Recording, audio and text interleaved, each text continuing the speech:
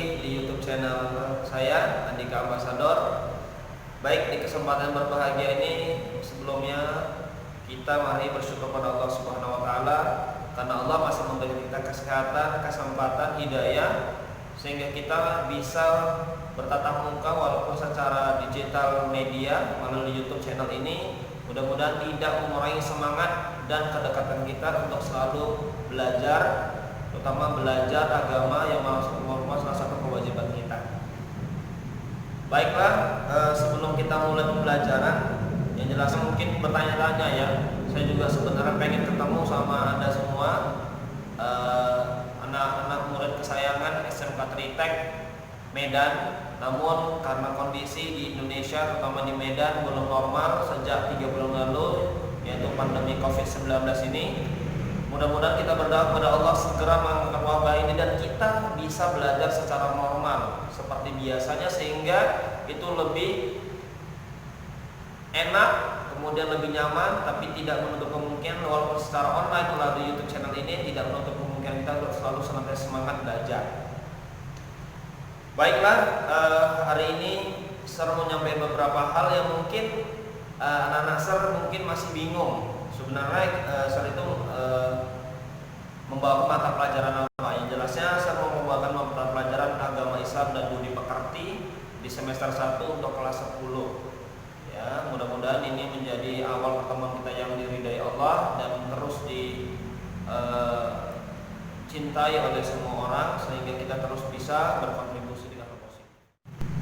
Baik, anak-anak semua yang dirahmati Allah, hari ini saya mau menyampaikan untuk satu semester ini apa sih target pencapaian yang perlu kita sama-sama perhatikan di mata pelajaran agama Islam dan budi pekerti ini. Ya, saya berharap ini bukan menjadi sebuah beban, bukan menjadi sebuah formalitas ketika datang duduk ulang diam datang, tapi bahwasannya nanti di video selanjutnya bahwasannya menuntut ilmu agama itu hukumnya wajib atau fardhu ain.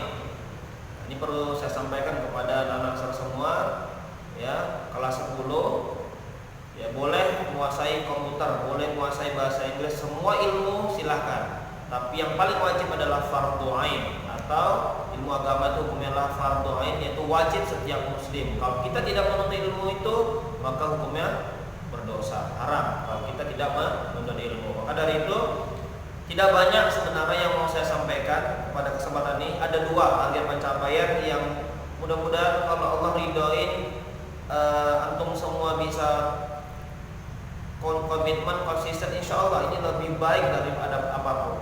Ada yang pertama yaitu anak-anak saya yang mungkin baru tamat SMP ke SMK. Ya, beruntung banget kalian bisa di sekolah, salah satu sekolah terbaik yang di Sumatera Utara, SMK Tritek Informatika.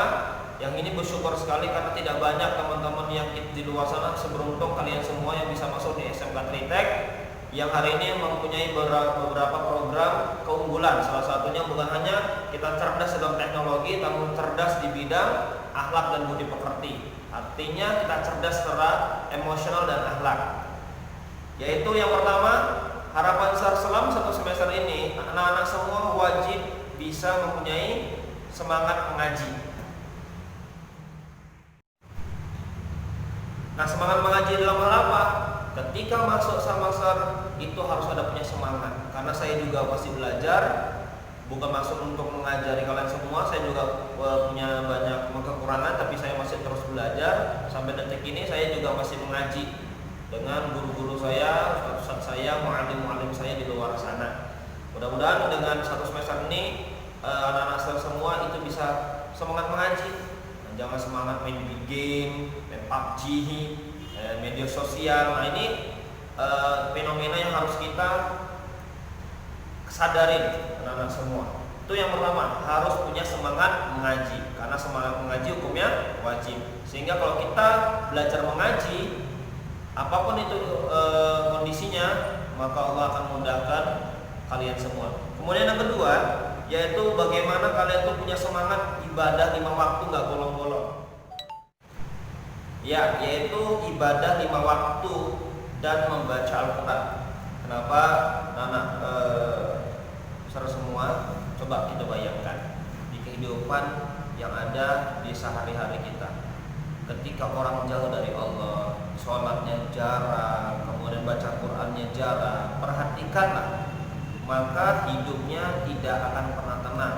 Ada beberapa nanti mungkin di next kesempatan, tapi ini sedikit saya sampaikan kepada anak semua, bahwasanya salah satu mudarat kita jika kita meninggalkan baca Al-Quran, maka ketenangan Allah akan tarik dalam hati kita. Kalau kita sibuk main handphone, sibuk bermedia sosial, tapi kita jarang melaksanakan sholat atau baca Quran, perjalanan semua. Nanti maka saya tandain, kamu yang suka malas nanti terlambat, ngantuk, nggak semangat, saya tandain aja, pasti sholatnya bolong-bolong. Ini. Dan yang kedua, suka galau, nggak semangat, atau pokoknya putus asa aja orangnya, ya biasanya baca Qurannya nggak lancar atau biasanya bolong-bolong. Nah ini saya perhati. Jadi selama satu semester ini saya nggak banyak target. Harapan kita semua ini, target kita semua, saya juga, kalian juga. Maka dengan kesempatan ini, maka kalian mudah-mudahan menjadi generasi muda yang punya karakter dan berwawasan di internasional. Nanti, kamu bisa can communicate with English with me. Saya bisa ngomong juga berbahasa Inggris, kalian juga bisa berkomunikasi nantinya. Nah, ada beberapa materi nanti mungkin akan disampaikan pada kesempatan pertama ini. Namun sebelum kita lebih lanjut, ya saya akan kasih sebuah cuplikan video yang sangat luar biasa disampaikan guru saya, ya yang sangat luar biasa sekali, orangnya alim, orangnya sangat rendah hati, orangnya sangat menginspirasi. Yaitu guru inspirasi saya kalau menyampaikan sebuah kebaikan beliau itu sangat detail. Yang ciri khasnya yaitu ketika menyampaikan contohnya a'udzubillahi minasyaitonirrajim bismillahirrahmanirrahim walan tarudha ankal yahudu walan nasara hatta tattabi'a millatahum. Itu surah Al-Baqarah di atas sebelah kiri di baris kedua ya di Al-Qur'an. Itu yang artinya tidak akan pernah senang orang Yahudi Nasrani itu kepada kita, terutama kalian sebagai generasi muda itu, sebelum kita mengikuti ajaran mereka. Maka ini berbahaya sekali. Siapa beliau? Ya. Dan ini beliau menyampaikan kenapa adab itu penting sebelum kita sampaikan materi, karena adab adalah is number one. Bagaimana cuplikan videonya? Yuk mari kita saksikan. Sebelum belajar ilmu. Makanya ketika ilmunya sudah datang, adabnya pun sudah lengkap. Di kelemahan orang-orang sekarang itu cepat mengajar ilmu, ketika belajar adab ilmu pun nggak dipakai. Jadi mencari ilmu pun ada ilmunya disebut dengan adab.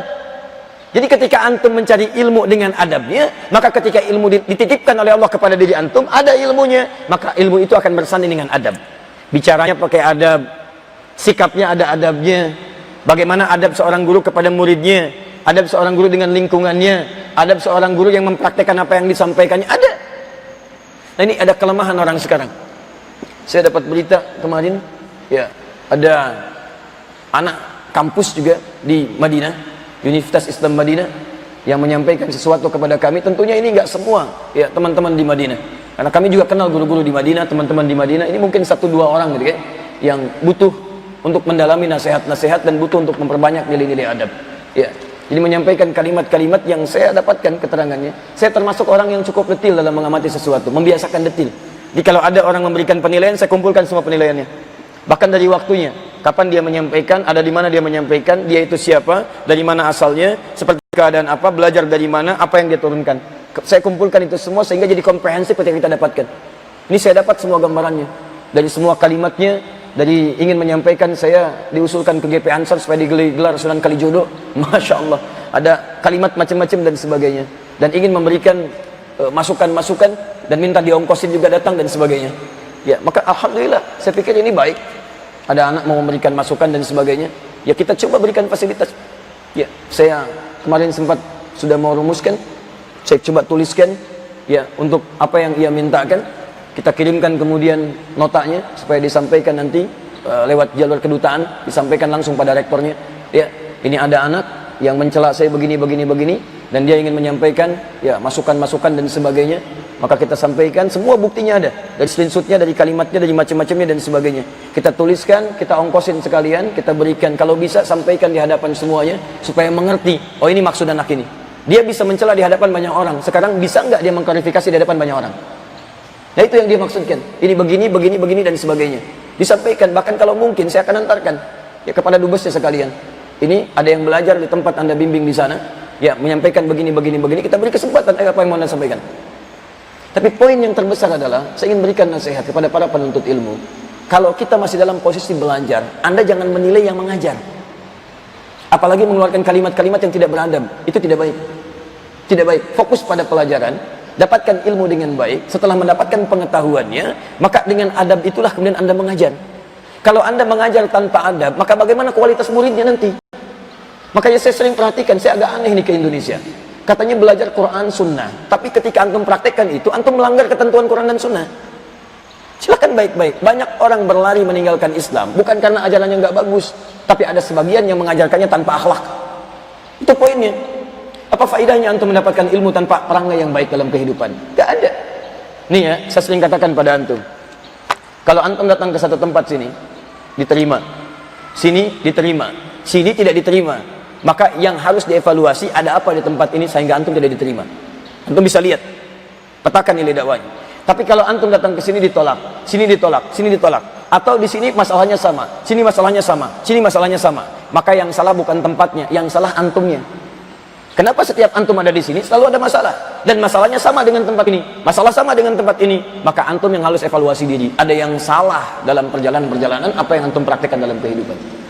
Lihat, dan tidak harus malu untuk berubah. Kita bertanya pada siapapun, ada baiknya kita ambil, tidak baik kita tinggalkan. Ini penting teman-teman sekalian, karena ujian terbesar kita saat orang semangat menuntut ilmu, ujiannya di situ. Baik di sikap muridnya atau dalam keadaan gurunya. Ini jadi masalah juga. Ini saya bingung juga nih, kenapa sih para guru itu nggak bisa duduk sama-sama? Ya, nggak bisa bersatu gitu, duduk bareng-bareng. Anda boleh berbeda pandangan, tapi kan tidak harus menghalangi kita minum teh sama-sama sambil diskusi. Kita duduk bareng-bareng, petakan dakwahnya. Ini umat Indonesia dari Sabang sampai Merauke. Ini perbincangan kita. Antum ahli akidah ya, antum bahas akidah saja. Saya mungkin di bidang ini saja. Nanti kita saling melengkapi. Ini peta umat kita seperti ini. Ah, kalau begitu enak, muridnya juga tenang.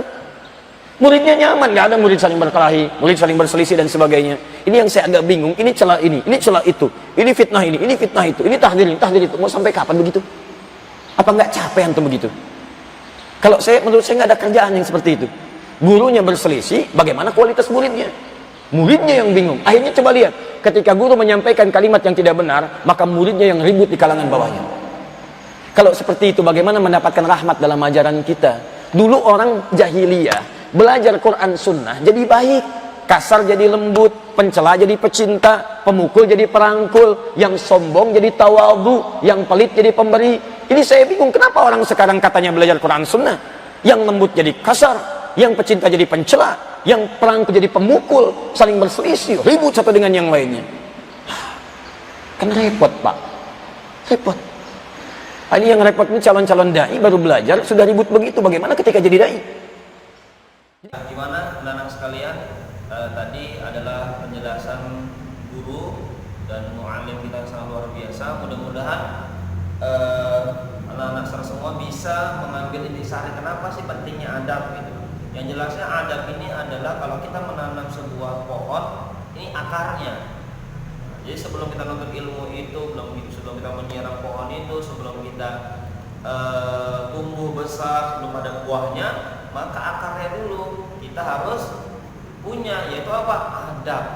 Ketika adabnya bagus, maka pohonnya nanti berbuah tumbuh, ilmunya juga bagus, buahnya juga bagus, sehingga kita nanti menjadi orang-orang yang senantiasa menjadi orang-orang yang tawadu atau rendah hati. Seberapa hebat kita nanti suatu saat nanti, karena Allah yang menghebatkan kita, bukan kita yang hebat. Maka dari itu, anak-anak semua, itu sekedar penyampaian hari ini tentang keutamaan adab. Jadi bagaimana kita adab sama guru kita, ini yang harus kita sadarin. Banyak di luar sana kita lihat nih teman-teman, atau di luar sana saya percaya kalian semua itu adalah anak-anak soleh, amin insyaallah.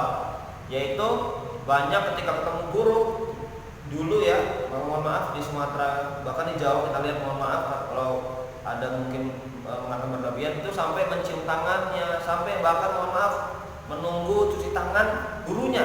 Nah, artinya walaupun kita bilang itu sedikit berlebihan, tapi merupakan adab. Nah, bagaimana dengan kita? Jadi dasar semua, bukan hanya sama besar, bagaimana sama guru-guru semua, yuk adabnya perbaikin. Ketika kalian adabnya bagus, maka ibaratnya saya contohkan, kalau kita punya adab, ilmu itu seperti cahaya. Nah, ini adalah air putih, ini adalah hati kita. Kalau hati kita bagus, bersih, maka ilmu pun akan nyampe.